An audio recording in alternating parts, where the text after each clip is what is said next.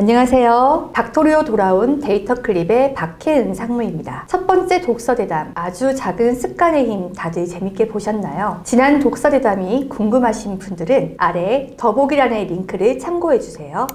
두 번째 독서대담은 작가 가나자와 사토시가 저술한 지능의 역설입니다. 이 책은 지능의 본질에 대해 사람들이 흔히 가지는 오해를 풀어줍니다. 지능이란 무엇인가, 무엇 때문에 있는 것인가, 그리고 도움이 된다면 그것은 어떤 것인가 등을 진화 심리학 관점에서 이야기하고 있습니다. 저자는 지능이 높은 사람들에 대한 세상의 상식은 틀렸다고 말하는데요. 오늘 대담에서는 현대 사회에 맞게 저희 나름대로 재해석한 내용을 다루고자 합니다. 특히 취업 준비생, 사회 초년생 여러분들에게 조금이나마 동기부여가 되길 바랍니다.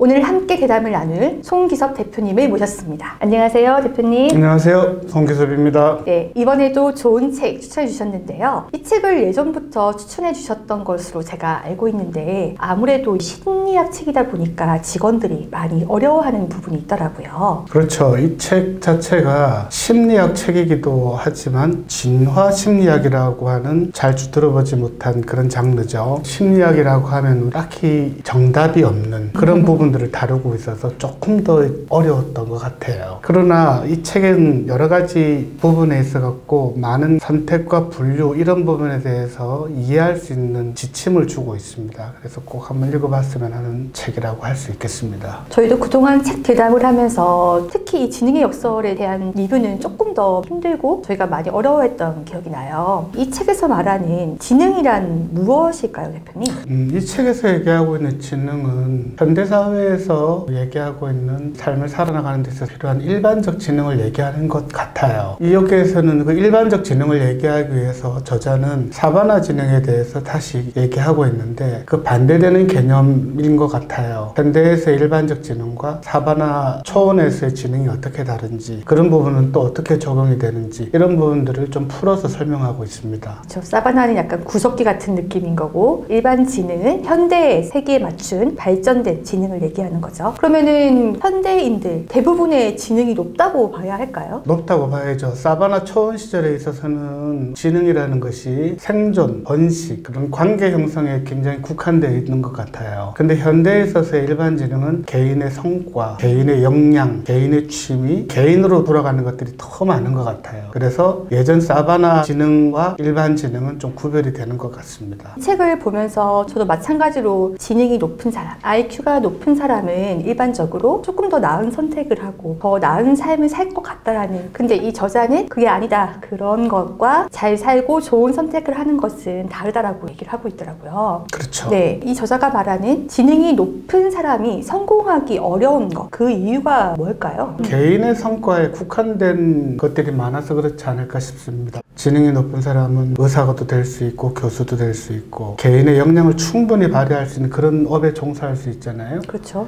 그렇다 하더라도 그 사람이 인간관계를 잘한다든지 사람들의 존경을 받을 수 있는 이타심을 갖는다든지 이런 부분이 있는 것도 아니거든요. 개인의 성과가 높다고 해서 이분이 굉장히 인격자일 것이다, 이런 것들은 같은 걸로 이루어지는 건 아니에요. 지능이 높다고 해서 전반적인 모든 것이 다 좋은 건 아니라는 그렇죠. 그런 그렇다고 논리죠. 봐야죠. 같은 이렇게 시험을 보면은 뭐 1등을 한다든지 아니면 좋은 대학을 나온다든지 유학을 갔다 온다든지 개인의 성공 경험이 있잖아요. 그렇죠. 근데 그 1등 하는 분이 정말 다른 것도 잘하는 거냐, 이제 그런 착각이 있는 거죠. 그렇죠. 예전 보면은 우리 집안에서도 대학 나오고 제일 공부 많이 한 사람이 제일 좋은 선택을 할 거라 믿고 물어보고 그 사람이 이제 대답한 답으로 결정을 한다든지 그런 게 되게 많았던 걸로 저도 알고 있어요. 자기 혼자는 성공할 수 있을지 모르겠는데 그게 거기에 대부분 국한되지 않을까 이렇게 생각이 들어요. 약간 뭐 노래로 하면 내가 제일 잘 나가 본인만 그런 건가요? 내가 제일 잘 나가는 게 아니라 네. 내가 제일 혼자 잘 나가. 내가 제일 혼자만 잘 나가. 그렇지, 그렇게 그쵸? 바뀌어야 될 것 같아요. 약간 우물한 개구리가 되겠네요. 그렇죠, 그러면. 그렇죠. 저희가 최근에 이력서 같은 걸 받아보면은 학력이라든지 경력 이력사항 같은 거 보면은 대단한 공기업에서 인턴을 하고 해외에 유학을 다녀오고 토익 몇 점에 막 어마어마한 스펙을 가지고 있는 분들이 꽤 많아요. 근데 막상 업무를 가보면은 생각보다 그쵸?